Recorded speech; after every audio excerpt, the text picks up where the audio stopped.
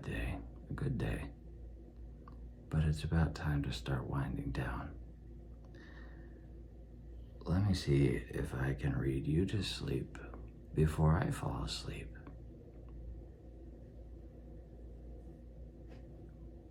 Let's read some Winnie-the-Pooh.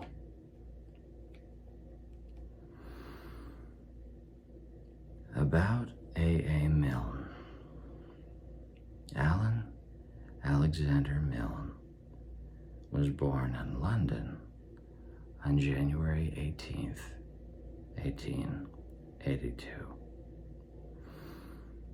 He was the third and youngest son of London school teachers, and to the surprise of no one in the family, he could read when he was 2.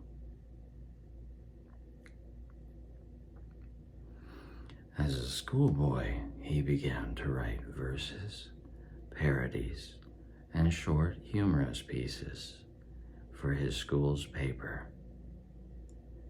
He went on to Cambridge, where he edited the undergraduate paper. In 1903, he left school and went to London to write.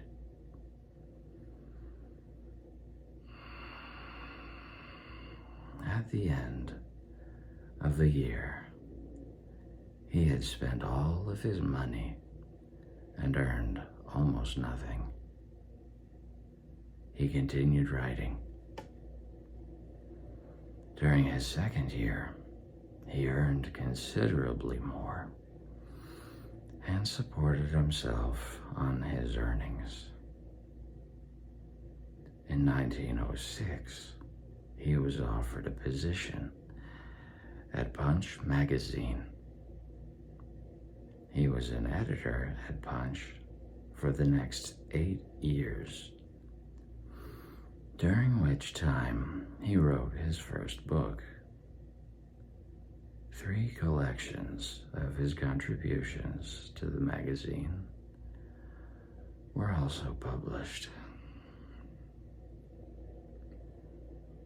In 1913, he married Dorothy, known as Daphne de Selincourt.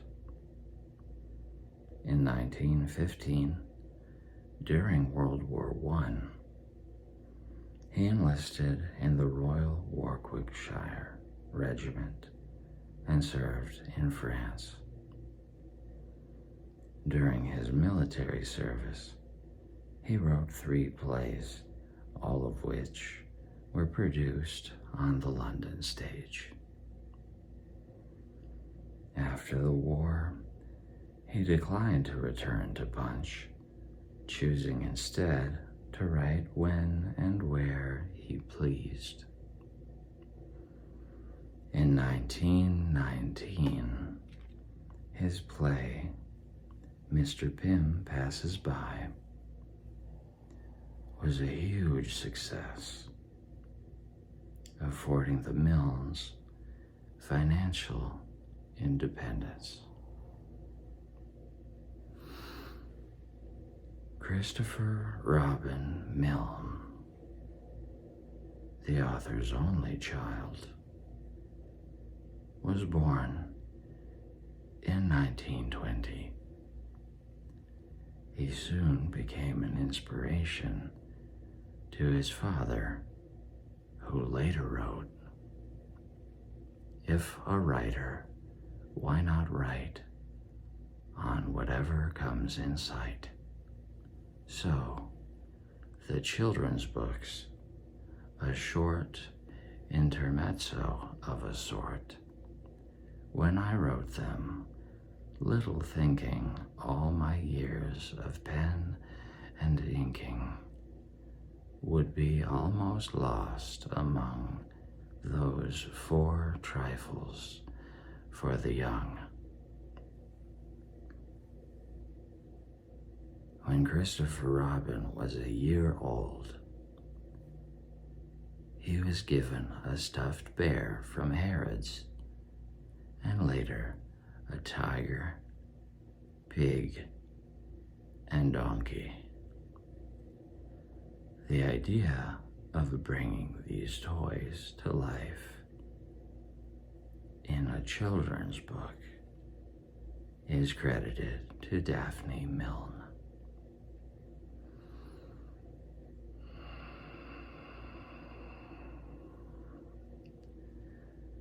In 1924, A. Milne had published When We Were Very Young, a collection of verses which had met with great success on both sides of the Atlantic.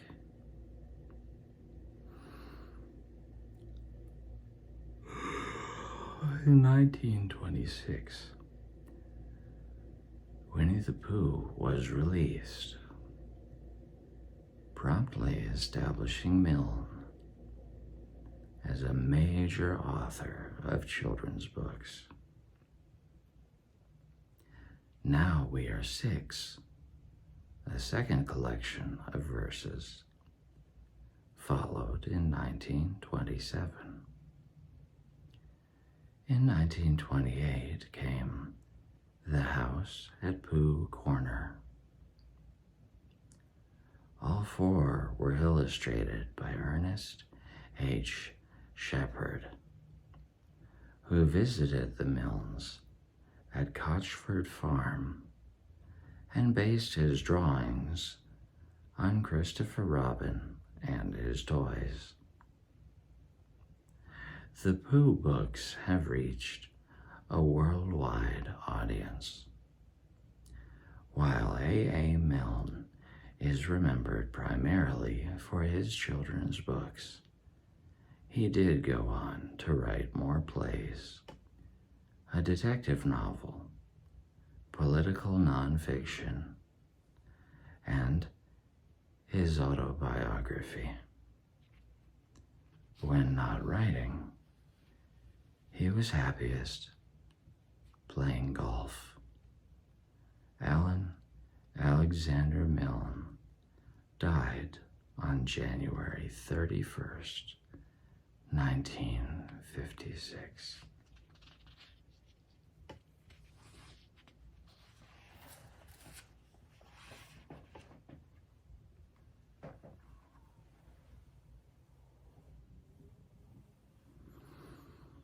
About Ernest H.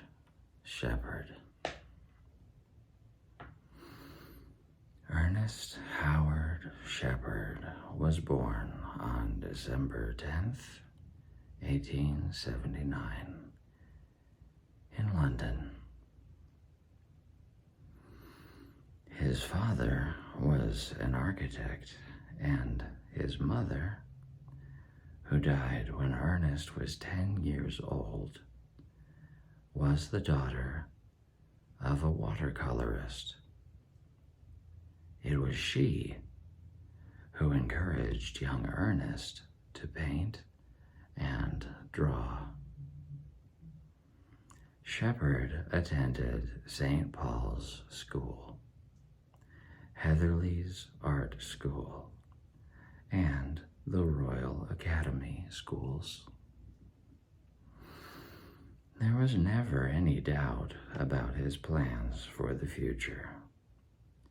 He would be an artist. Shepard, nicknamed Kipper, received medals for drawing and painting, and was named a Landseer Scholar. His first picture was exhibited in the Royal Academy in 1901. And when the time came for him to make a living, he supported himself by producing book illustrations, oil paintings, and black and white drawings for illustrated papers.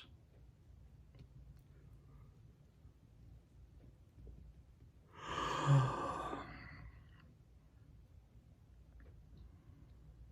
1903, Shepard married Florence Chaplin,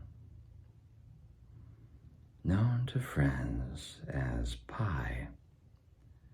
Florence was a mural painter and fellow student at the Academy.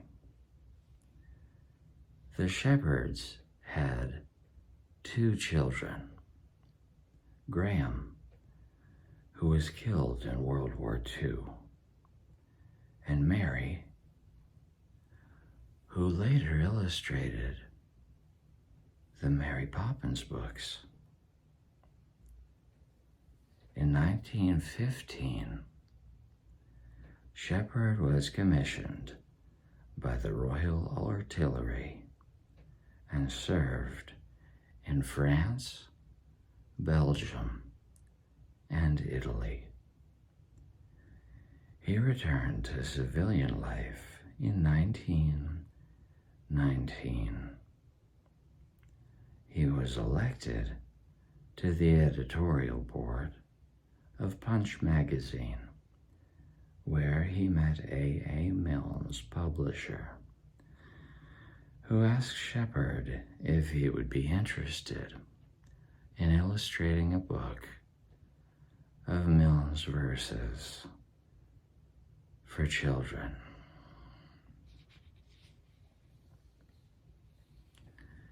The first edition of When We Were Very Young sold out on the day Methuen published it in 1924.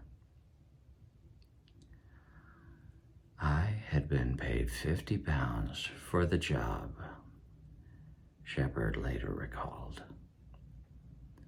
The next day, Methuen decided to give me a check for £100 as a bonus.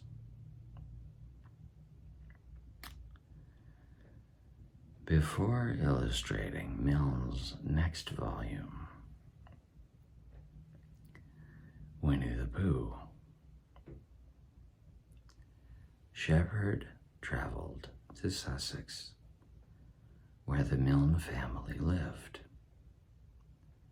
He visited the pine trees, the stream, the bridge, and Christopher Robin and his stuffed animals, on which the illustrations for the later 3 Pooh books were based.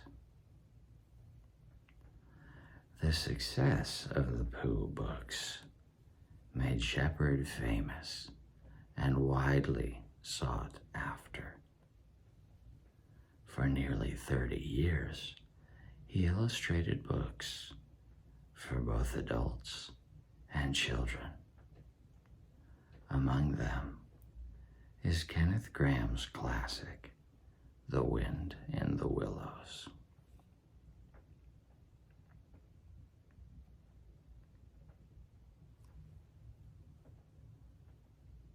That might be another nice book to go to sleep by.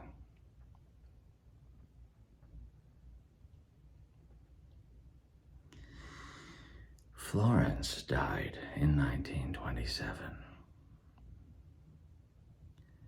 Shepard remarried in 1944, and in 1955, he closed his London studio and retired to the Sussex village of Lodsworth. In 1969, on the occasion of his 90th birthday, the Victoria and Albert Museum honored the artist with an exhibition of the 300 sketches from the Pooh books that Shepard had donated to the museum. In 1973,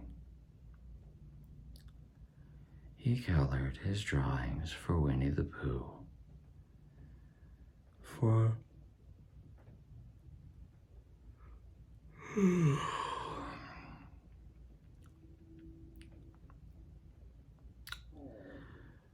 a special edition of that book.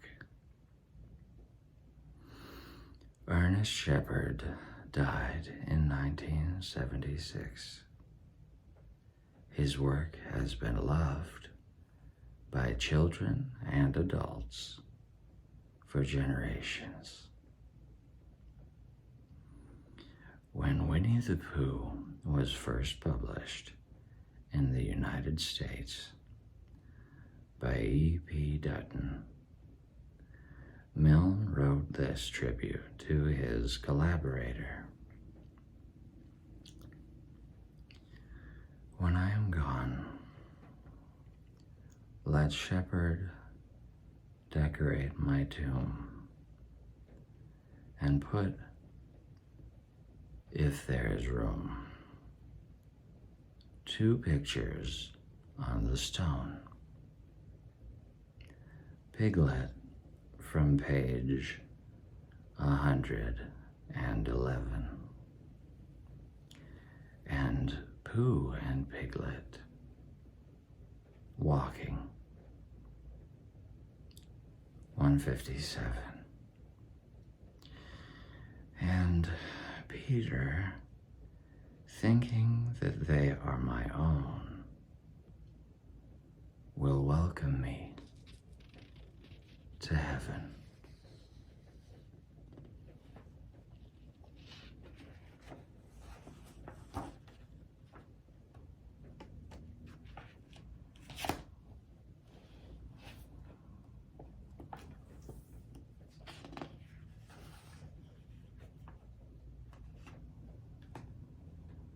Before the stories begin, Milne has included a brief dedication to her. Hand in hand we come, Christopher Robin and I,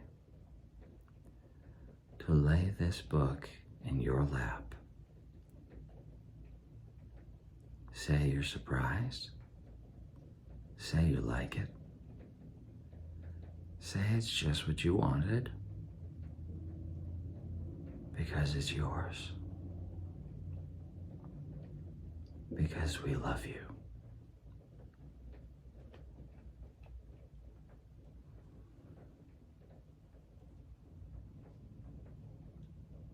Winnie-the-Pooh.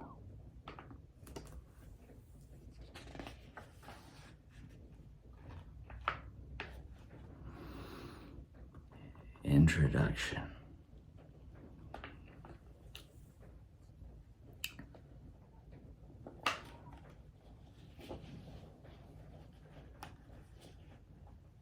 If you happen to have read another book about Christopher Robin, you may remember that he once had a swan,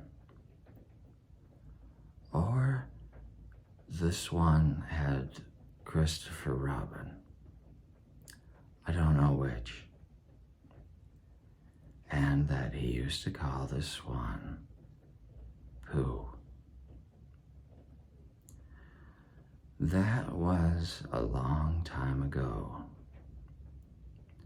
And when we said goodbye, we took the name with us,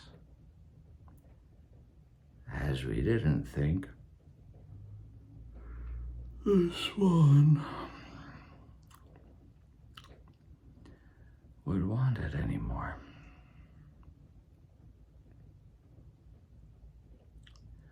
Well, when Edward Bear said that he would like an exciting name all to himself, Christopher Robin said at once,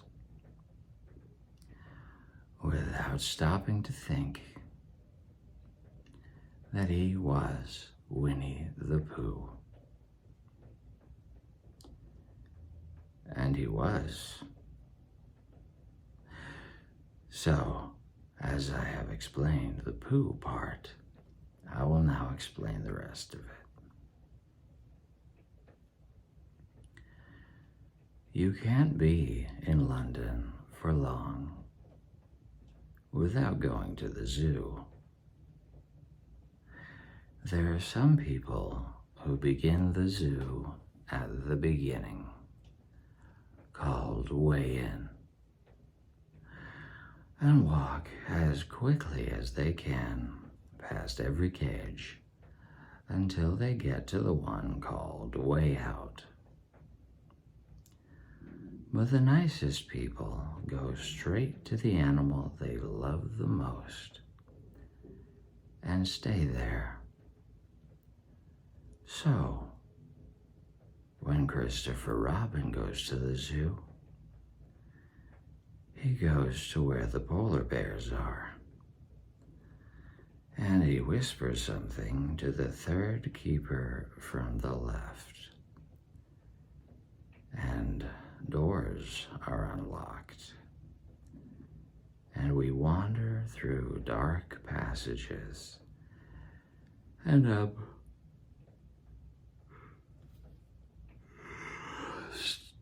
steep stairs until at last we come to the special cage, and the cage is opened, and out trots something brown and furry, and with a happy cry of, "Oh, bear!"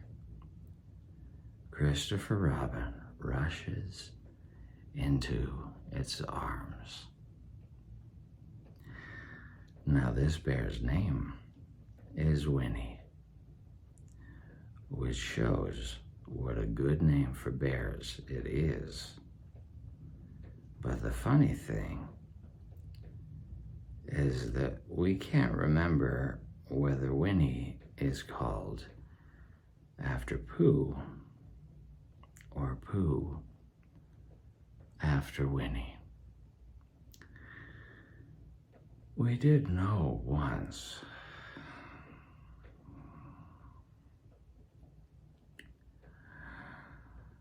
but we've forgotten.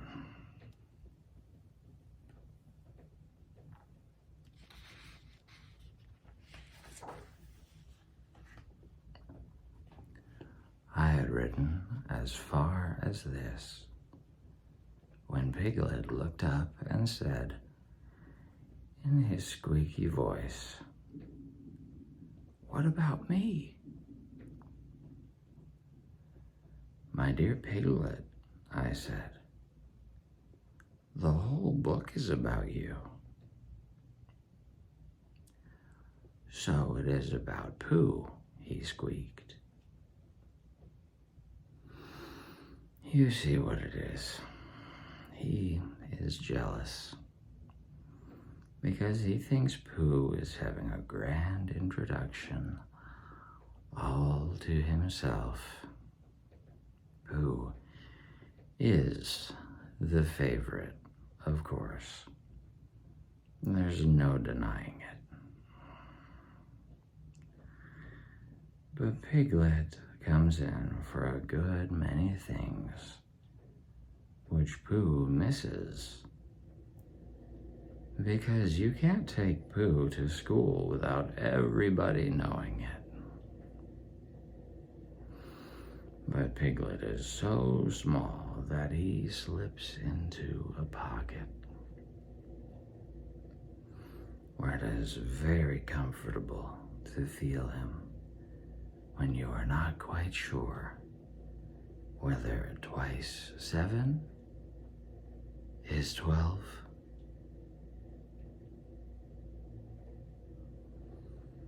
or 22. Sometimes he slips out and has a good look in the ink pot. And in this way, he has got more education than Pooh. But Pooh doesn't mind. Some have brains and some haven't, he says. And there it is. And now, all the others are saying, what about us? So, perhaps the best thing to do is to stop writing introductions and get on with the book. A.A.M.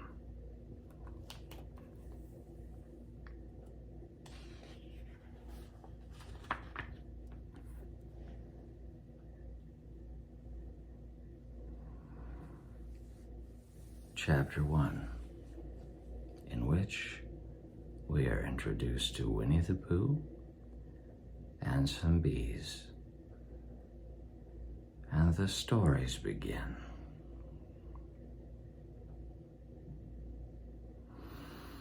Here is Edward Bear, coming downstairs now, bump, bump, bump, on the back of his head, behind Christopher Robin. It is, as far as he knows, the only way of coming downstairs. But sometimes he feels that there really is another way. If only he could stop bumping for a moment and think of it. And then he feels that perhaps there isn't. Anyhow, here he is at the bottom and ready to be introduced to you, Winnie-the-Pooh. When I first heard his name, I said, just as you were going to say, but I thought he was a boy. So did I, said Christopher Robin. Then you can't call him Winnie. I don't.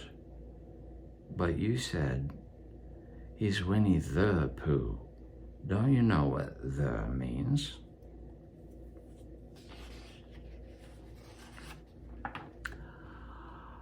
Ah, yes. Now I do, I said quickly. And I hope you do too, because it is all the explanation you are going to get.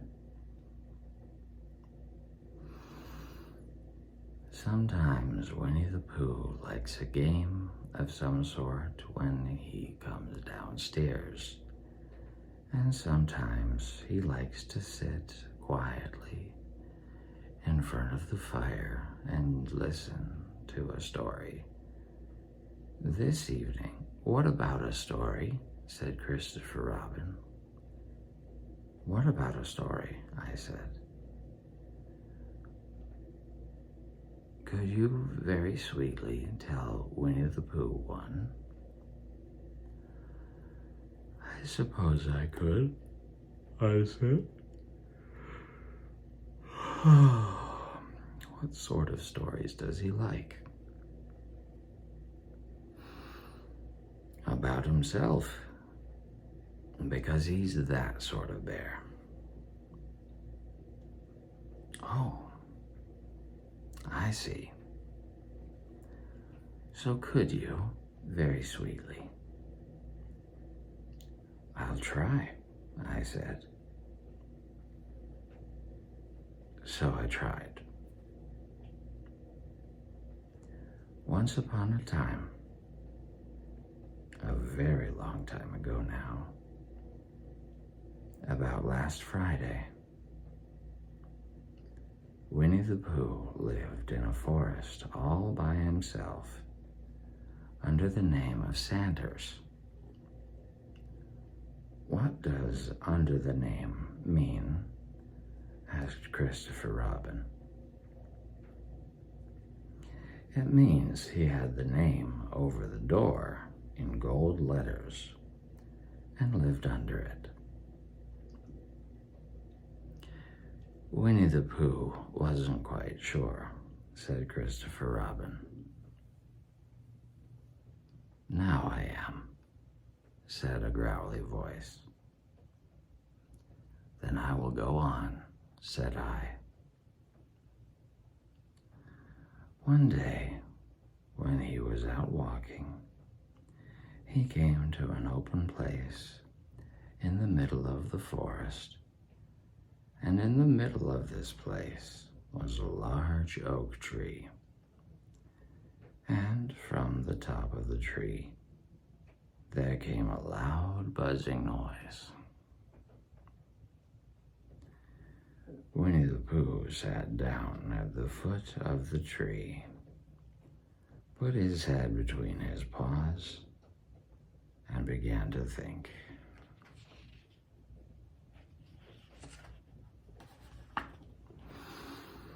First of all, he said to himself, that buzzing noise means something. You don't get a buzzing noise like that. Just buzzing and buzzing without its meaning something. If there's a buzzing noise, somebody's making a buzzing noise. And the only reason for making a buzzing noise that I know of is because you're a bee. Then he thought another long time and said, and the only reason for being a bee that I know of is making honey. And then he got up and said, and the only reason for making honey is so as I can eat it. So he began to climb the tree. He climbed, and he climbed, and he climbed. And as he climbed, he sang a little song to himself. It went like this. Isn't it funny how a bear likes honey? Buzz, buzz, buzz. I wonder why he does.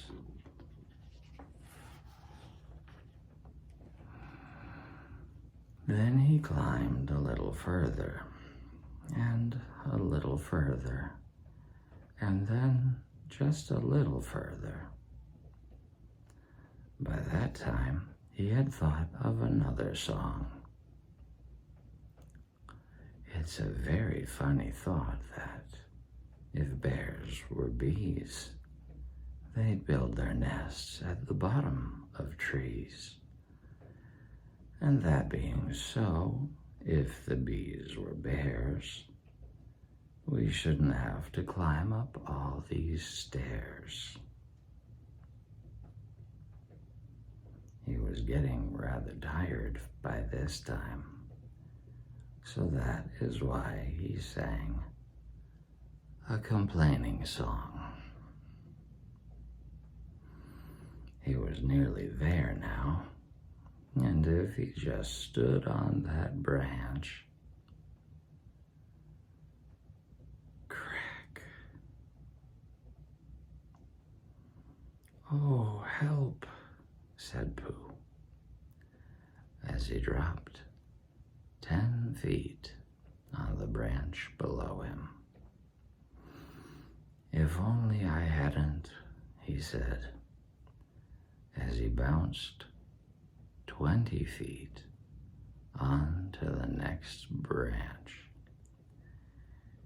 "Oh, you see what I meant to do," he explained, as he turned head over heels and crashed onto another branch 30 feet below. "What I meant to do. Of course it was rather," he admitted, as he slithered very quickly through the next 6 branches. "It all comes, I suppose," he decided, as he said goodbye to the last branch, spun round 3 times, and flew gracefully into a gorse bush. "It all comes of liking honey so much. Oh, help!" He crawled out of the gorse bush, brushed the prickles from his nose, and began to think again. And the first person he thought of was Christopher Robin.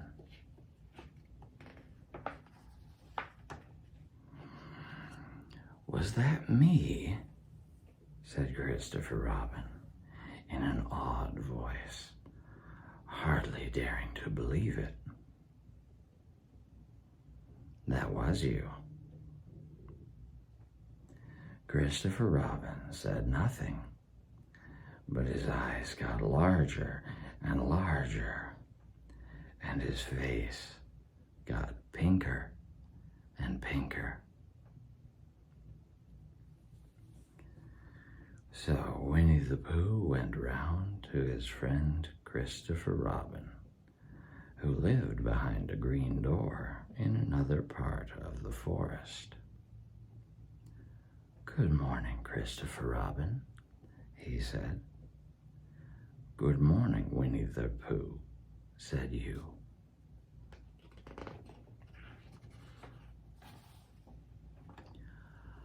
"I wonder if you've got such a thing as a balloon about you." "A balloon? Yes. I just said to myself coming along, I wonder if Christopher Robin has such a thing as a balloon about him. I just said it to myself, thinking of balloons and wondering. What do you want a balloon for? You said. Winnie-the-Pooh looked round to see that nobody was listening, put his paw to his mouth, and said in a deep whisper, "Honey." "But you don't get honey with balloons."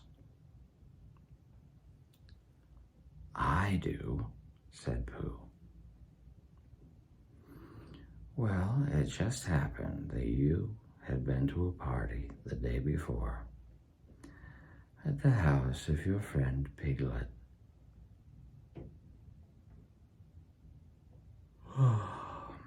And you had balloons at the party. You had had a big green balloon, and one of Rabbit's relations had had a big blue one, and had left it behind, being really too young to go to a party at all. And so you had brought the green one and the blue one home with you. Which one would you like? You asked Pooh. He put his head between his paws and thought very carefully. It's like this, he said. go after honey with a balloon. The great thing is not to let the bees know you're coming. Now, if you have a green balloon, they might think you were only part of the tree and not notice you. And if you have a blue balloon, they might think you're only part of the sky and not notice you. And the question is, which is most likely?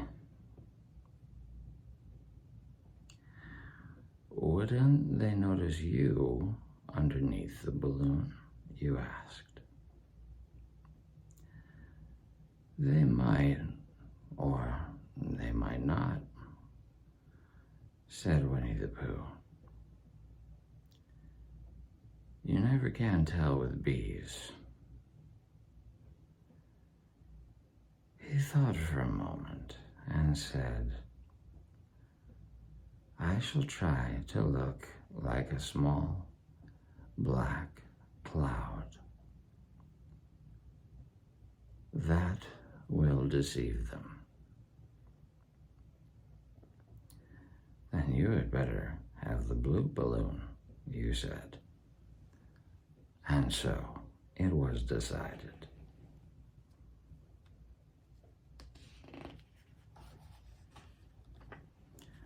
Well, you both went out with the blue balloon, and you took your gun with you just in case, as you always did. And Winnie-the-Pooh went to a very muddy place that he knew of, and rolled until he was black all over. And then, when the balloon was blown up as big, and you and Pooh were both holding on to the string, you let go suddenly, and Pooh Bear floated gracefully up into the sky and stayed there, level with the top of the tree and about 20 feet away from it. Hooray, you shouted.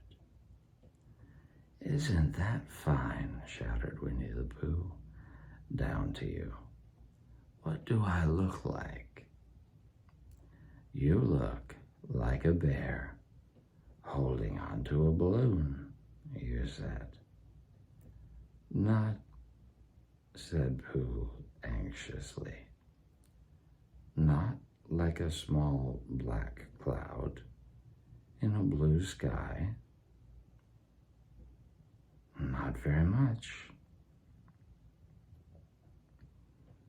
Oh, well, perhaps from up here it looks different. And as I say, you never can tell with bees. There was no wind to blow him nearer to the tree, so there he stayed. He could see the honey. He could smell the honey, but he couldn't quite reach the honey. After a while, he called down to you, Christopher Robin, he said in a loud whisper. Hello. I think the bees suspect something. What sort of thing? I don't know, but something tells me that they're suspicious.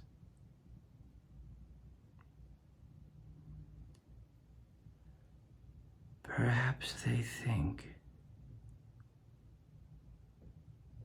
that you're after their honey.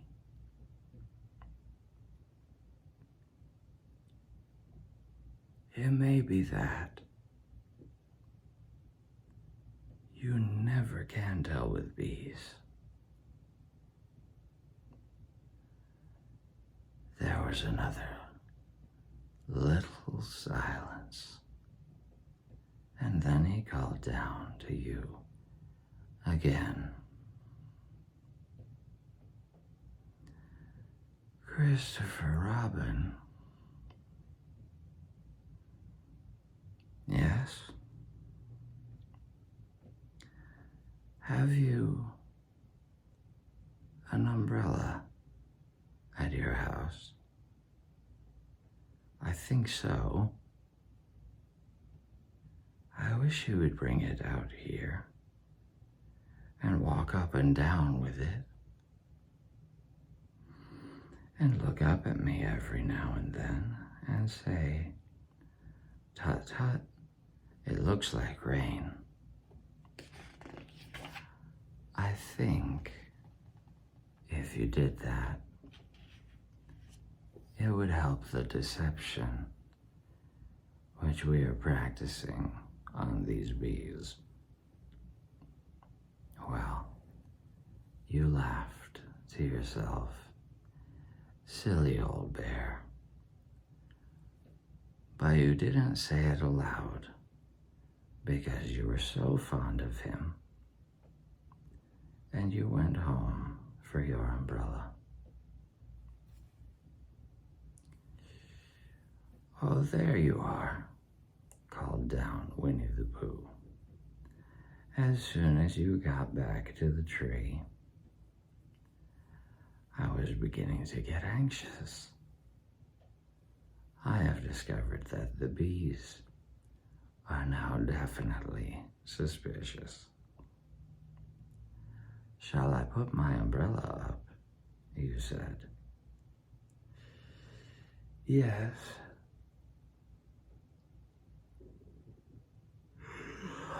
But wait a moment.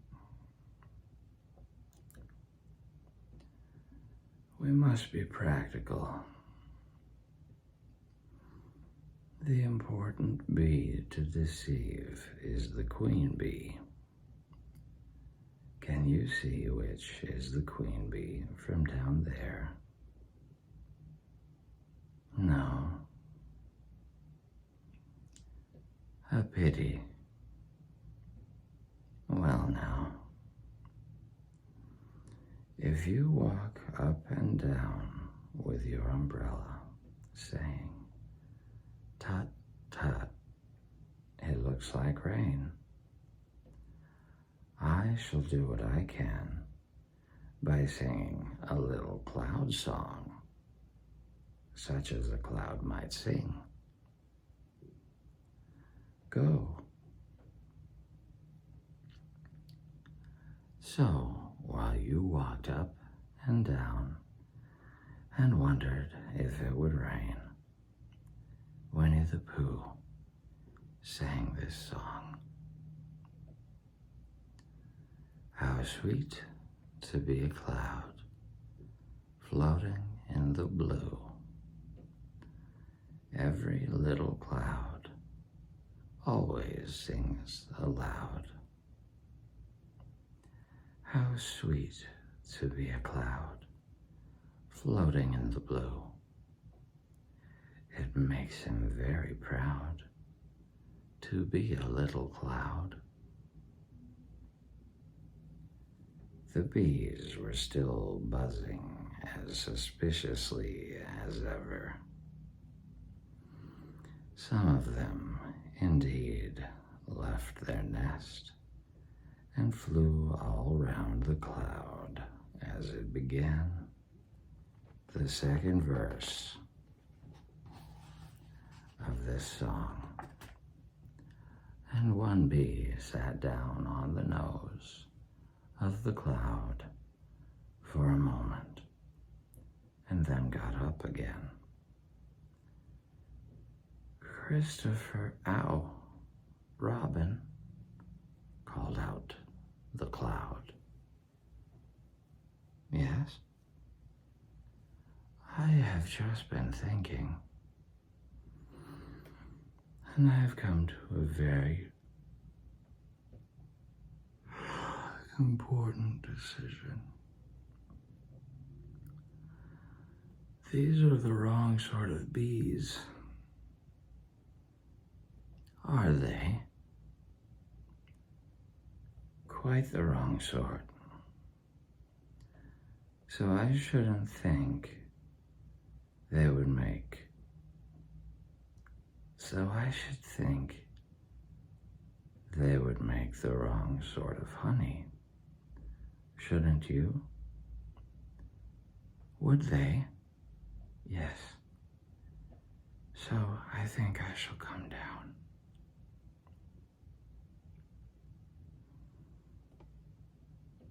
How? Asked you. Winnie-the-Pooh hadn't thought about this. If he let go of the string, he would fall. Bump. And he didn't like the idea of that. So he thought for a long time, and then he said, "Christopher Robin, you must shoot the balloon with your gun. Have you got your gun?" "Of course I have," you said. "But if I do that, it will spoil the balloon," you said. "But if you don't," said Pooh, "I shall have to let go. And that would spoil me." When you put it like this, you saw how it was, and you aimed very carefully at the balloon and fired. "Ow," said Pooh. "Did I miss?" you asked.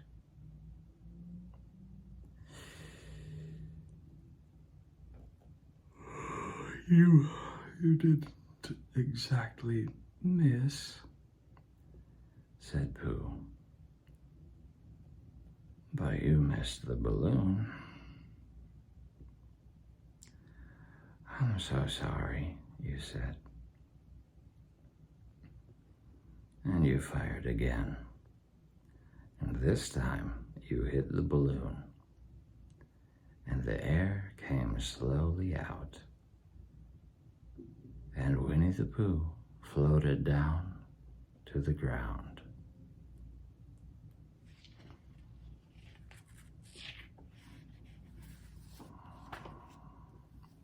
But his arms were so stiff from holding on to the string of the balloon all that time that they stayed up straight in the air for more than a week.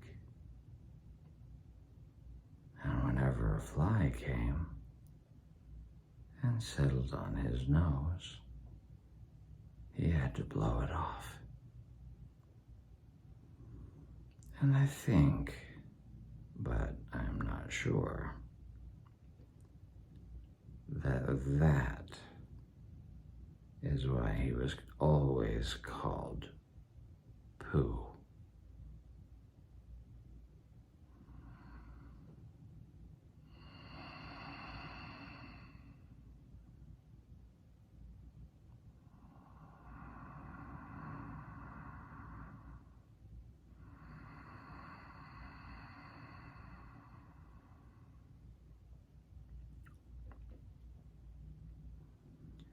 Is that the end of the story? Asked Christopher Robin. That's the end of that one. There are others. About Pooh and me, and Piglet and Rabbit and all of you. Don't you remember? I do remember. And then, when I try to remember, I forget. That day when Pooh and Piglet tried to catch the heffalump. They didn't catch it, did they? No. Pooh couldn't because he hasn't any brain. Did I catch it? Well, that comes into the story. Christopher Robin nodded. I do remember, he said.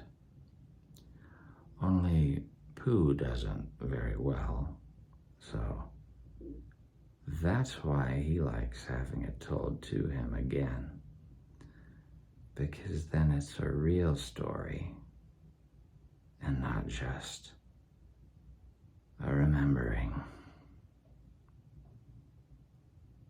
That's just how I feel, I said. Christopher Robin gave a deep sigh, picked his bear up by the leg, and walked off to the door, trailing Pooh behind him. At the door, he turned and said, "Coming to see me have my bath?" "I might," I said. "I didn't hurt him when I shot him, did I?" "Not a bit." He nodded and went out. And in a moment, I heard Winnie-the-Pooh bump, bump, bump, going up the stairs behind him.